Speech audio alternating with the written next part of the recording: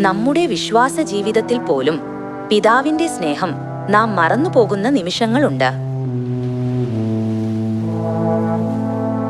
എങ്കിലും നമ്മെ നിത്യമരണത്തിൽ നിന്ന് വിടുവിച്ച് നിത്യജീവൻ നൽകുന്നതിനായി സ്വയം ബലിയർപ്പിച്ച നമ്മുടെ സ്വർഗീയ പിതാവിന്റെ സ്നേഹം നാം ഒരിക്കലും മറക്കരുത്. സ്വർഗത്തിൽ അവിടത്തെ വഞ്ചിച്ച പാപികളെ രക്ഷിക്കാൻ അവിടുന്ന് കുരിശിലെ വേദന സഹിക്കാൻ മടിച്ചില്ല.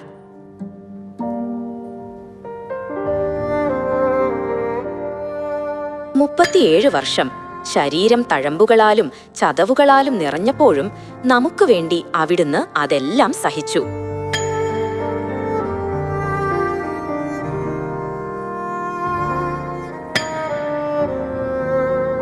നമ്മെ രക്ഷിക്കാൻ ജീവൻ നൽകിയ പിതാവിന്റെ സ്നേഹം നമ്മുടെ ഹൃദയങ്ങളിൽ ആഴത്തിൽ കുത്തിവച്ചാൽ നാം ക്ഷീണിതരായിരിക്കുമ്പോഴും ശക്തരാകും.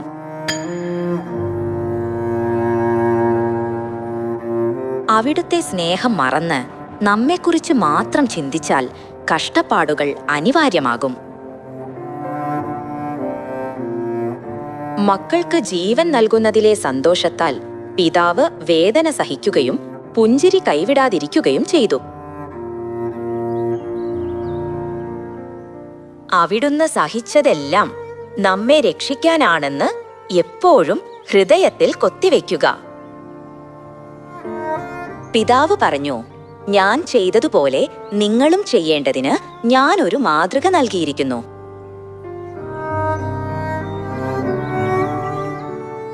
നാം പിതാവിന്റെ മാതൃക പിന്തുടർന്ന് ചെറിയ ത്യാഗം ചെയ്യേണ്ടി വന്നാലും സഹോദരങ്ങളെ സ്നേഹത്തോടെ നയിക്കാം.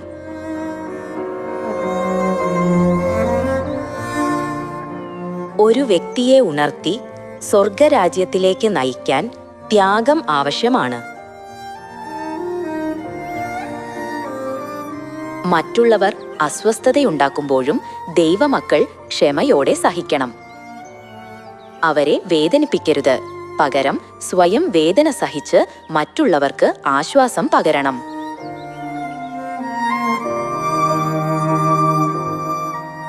ദൈവസഭയിലെ ജനം പോകുന്നിടത്തെല്ലാം വിട്ടുവീഴ്ച ചെയ്യുന്നതിനും സ്നേഹത്തോടെ അഭിവാദ്യം ചെയ്യുന്നതിനും പ്രയാസമേറിയ കാര്യങ്ങൾക്ക് മുൻകൈയെടുക്കുന്നതിനും അവർ പേരുകേട്ടവരാണ്.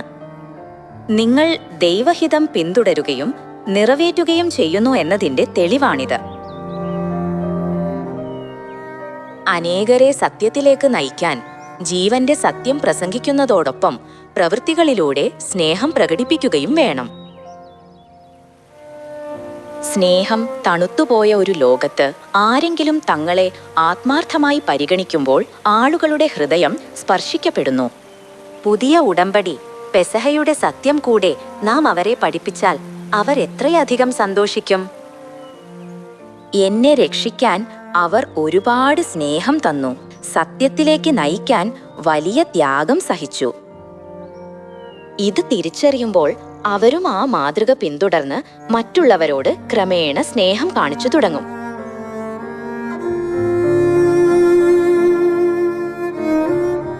പിതാവിന്റെ മാതൃക പിന്തുടർന്ന് നമുക്ക് നമ്മുടെ സഹോദരീ സഹോദരന്മാരെ സ്നേഹത്തോടെ പരിപാലിച്ച് സ്വർഗരാജ്യത്തിലേക്ക് നയിക്കാം.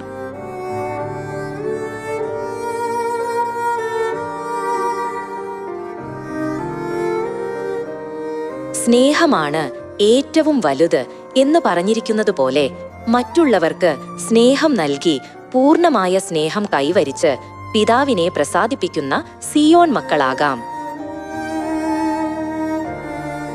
തന്റെ മക്കൾ ജീവിക്കേണ്ടതിന് അവർ ഉത്സാഹത്തോടെ ബൈബിൾ പഠിക്കുകയും പ്രസംഗിക്കുകയും പ്രാർത്ഥിക്കുകയും ചെയ്യുന്നതാണ് പിതാവിനെ ഏറ്റവും സന്തോഷിപ്പിക്കുന്നത്. മരിക്കുന്ന ആത്മാക്കളെ മാനസാന്തരത്തിലേക്ക് നയിച്ച് സ്വർഗരാജ്യത്തിലേക്ക് കൊണ്ടുവരുമ്പോൾ അവിടുന്ന് പ്രസാദിക്കുന്നു. അവിടത്തെ സ്നേഹവും ത്യാഗവും ഹൃദയത്തിൽ വഹിച്ച് വചനമനുസരിച്ച് സ്വർഗരാജ്യത്തിൽ പ്രവേശിക്കുമെന്ന ദൃഢനിശ്ചയത്തോടെ പ്രാർത്ഥിക്കുകയും പ്രസംഗിക്കുകയും ചെയ്താൽ പിതാവ് സന്തോഷത്താൽ കണ്ണുനീർ പൊഴിക്കും. സ്വർഗത്തിൽ ചെല്ലുമ്പോൾ ഈ പ്രയത്നത്താൽ ഞാൻ ഈ സഹോദരനെ കണ്ടെത്തി കൊണ്ടുവന്നു എന്ന് പിതാവിനോട് അഭിമാനത്തോടെ പറയാൻ തക്കവണ്ണം നമുക്ക് സൽപ്രവൃത്തികൾ ചെയ്യാം. നിങ്ങളെ വിളിച്ച് തന്റെ മക്കളാക്കുന്ന പിതാവിന്റെ കൃപ നിറഞ്ഞൊഴുകുന്നില്ലേ? അവിടുന്ന് നമ്മെ ദൈവമക്കളാക്കി സുവിശേഷത്തിൽ ഒന്നിച്ചു പ്രവർത്തിക്കാൻ അനുവദിച്ചു സ്വർഗരാജ്യത്തിലേക്ക് നയിക്കുന്നു. പിതാവിന് നന്ദി അർപ്പിച്ചുകൊണ്ട് മഹത്വകരമായ സ്വർഗത്തിൽ പ്രവേശിക്കുന്ന സന്തോഷത്താൽ ഈ ഭൂമിയിലെ കഷ്ടതകളെ നമുക്ക് അതിജീവിക്കാം. ഈ ഭൂമിയിലെ ജീവിതം എളുപ്പമല്ലെങ്കിലും നമുക്ക് സ്വർഗപ്രത്യാശയുണ്ട്. ഇന്നും നാളെയും സ്വർഗത്തിലേക്കുള്ള ഓരോ ചുവടുവെപ്പാണ്.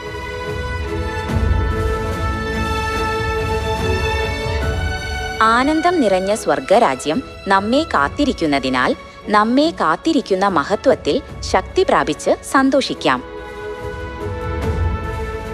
ഇടവിടാതെ പ്രാർത്ഥിപ്പിൻ എന്നതുകൊണ്ട് ആവശ്യമുള്ളപ്പോഴെല്ലാം കൂടുതൽ പ്രാർത്ഥിക്കുക. നീതിമാന്മാരുടെ പ്രാർത്ഥന കേൾക്കുന്ന പിതാവിൽ വിശ്വാസത്തോടെ പ്രാർത്ഥിക്കുക. സുവിശേഷ വേലയിലും വിശ്വാസ ജീവിതത്തിലുമുള്ള നമ്മുടെ പ്രയത്നങ്ങൾ സ്വർഗത്തിലെ ജീവപുസ്തകത്തിൽ എന്നേക്കും പ്രകാശിക്കുമെന്ന് പിതാവ് അരുളിച്ചെയ്തു. അതിനാൽ പിതാവിന് പ്രസാദകരമായത് മാത്രം നമുക്ക് ചെയ്യാം. നിങ്ങൾക്ക് ധാരാളം പ്രതിഫലം ലഭിക്കുമെന്നും സ്വർഗരാജ്യത്തിൽ നിങ്ങളുടെ നാമങ്ങൾ എന്നേക്കും മനോഹരമായി പ്രകാശിക്കുമെന്നും ഞാൻ പ്രത്യാശിക്കുന്നു.